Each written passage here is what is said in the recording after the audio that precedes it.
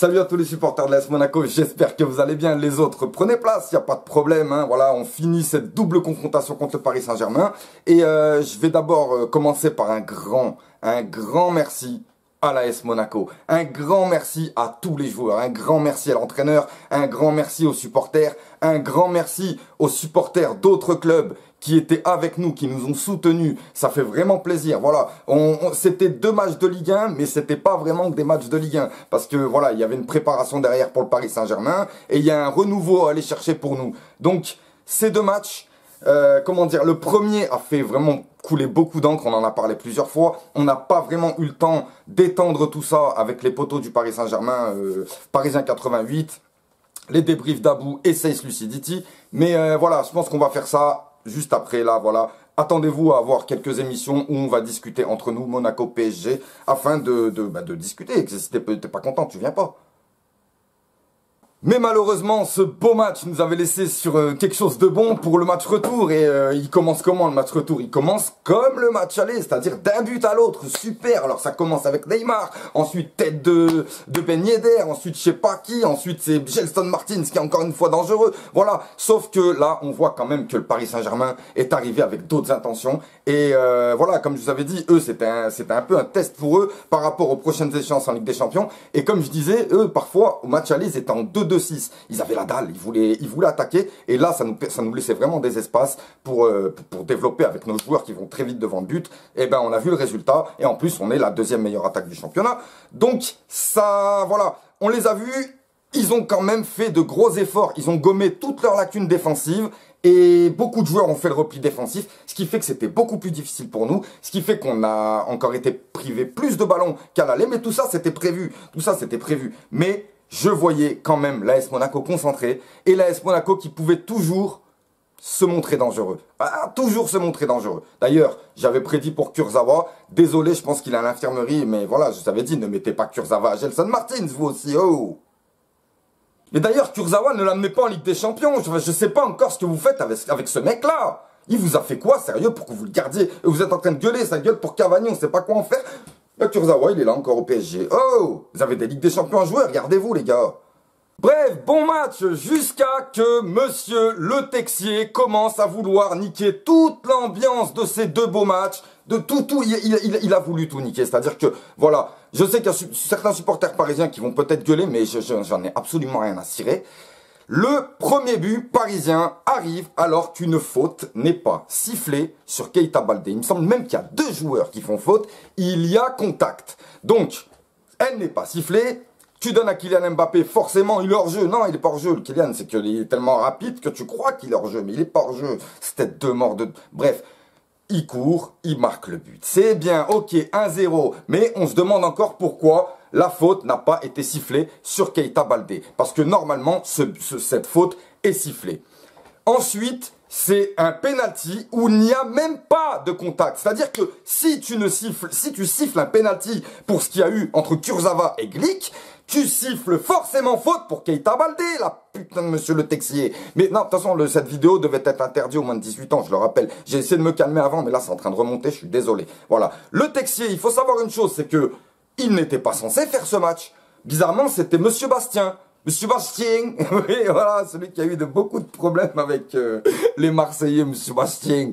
Mais voilà, comment ça se fait que ça devait être Benoît Bastien? Et c'est Le Texier qu'on a à la fin, parce que Monsieur Bastien a mal au genou. Donc ils vont nous chercher un petit merdeux de merde, ouais je te le dis, texto dans les yeux, un petit merdeux de merde, de toute façon ça doit être la FDP qui a choisi. Donc un petit merdeux pour un énorme match de Ligue 1. Et bien encore une fois, ça va permettre à l'Europe de se foutre de notre gueule. C'est pas possible, non, c'est pas possible. On peut pas continuer comme ça. Donc, Monsieur Le Texier siffle le penalty 2-0 pour le Paris Saint-Germain. Et à partir de là, vous voulez que vous voulez que j'insulte mes joueurs, vous voulez que j'en veuille à mes joueurs de ne pas arriver à remonter le Paris Saint-Germain après qu'ils soient menés de 2 buts. Cadeau. Et ben malgré ça, je suis content de mes joueurs parce qu'ils ont fait encore du bon travail, ils ont encore joué, ils ont tenu, même si on a fini avec un score club, parce que de toute façon, comme je vous ai dit, le PSG, eux, ils avaient 2 buts d'avance, ils étaient confiants. On dirait que on les a aidés à avoir ces 2 buts afin qu'ils puissent se reposer pour la deuxième mi-temps. Et voilà, ce qui fait que personne n'a eu de spectacle. Le match était bon, c'était un match au-dessus de la moyenne de ce qu'on a en Ligue 1, mais c'était pas le match qu'on attendait. Bien entendu, il y avait la fatigue, oui je sais, il y avait la fatigue, des deux côtés. Même si, bon, Paris, ils n'ont pas fait énormément de changements, hein, mais il y avait la fatigue, il y avait la fatigue.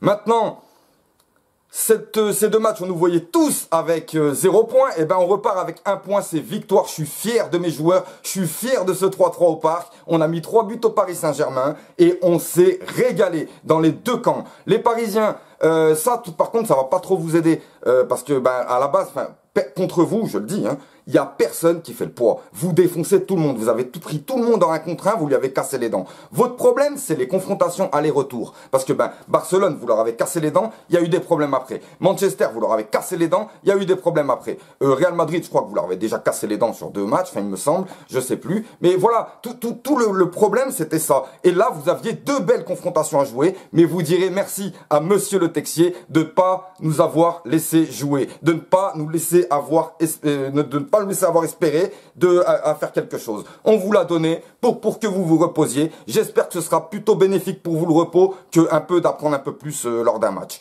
C'est tout ce que j'ai à dire. Nous, on sera toujours défavorisés par la VAR, mais de toute façon, on est en train de mettre en place une équipe. Je rappelle que même si ça s'est pas trop vu en début de championnat, notre projet a changé. Aujourd'hui, on joue le titre. On joue plus une 2e place et une coupe. On joue le titre.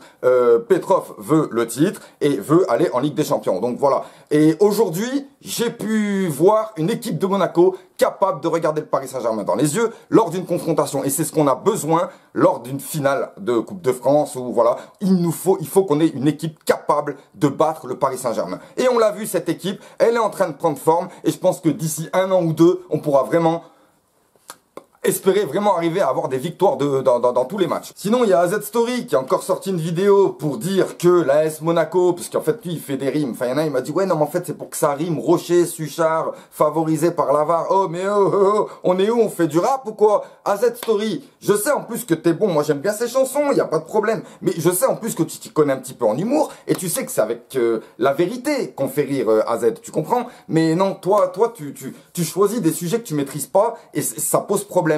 Donc la prochaine fois, renseigne-toi pour voir que l'AS Monaco est le club le plus défavorisé par la VAR. D'ailleurs, je te présente Ruben Aguilar.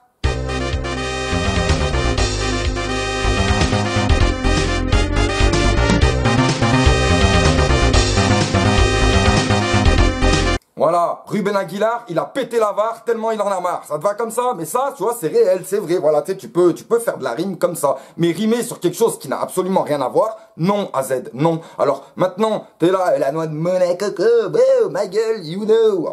Bref, ta gueule, parce que t'as bâti ta chaîne sur le manque de respect. C'est bien, c'est bien. Moi, tu me fais rire, voilà. Mais j'espère pour toi que t'auras toujours un haut niveau, parce que après, il y a un jour ou l'autre, tu pourras ne plus manquer de respect. Donc, commence pas à faire le gentil, dire ouais, non, du bien des autres clubs. Non, non, non, non. Reste toi-même. C'est ça qui est bon à Z.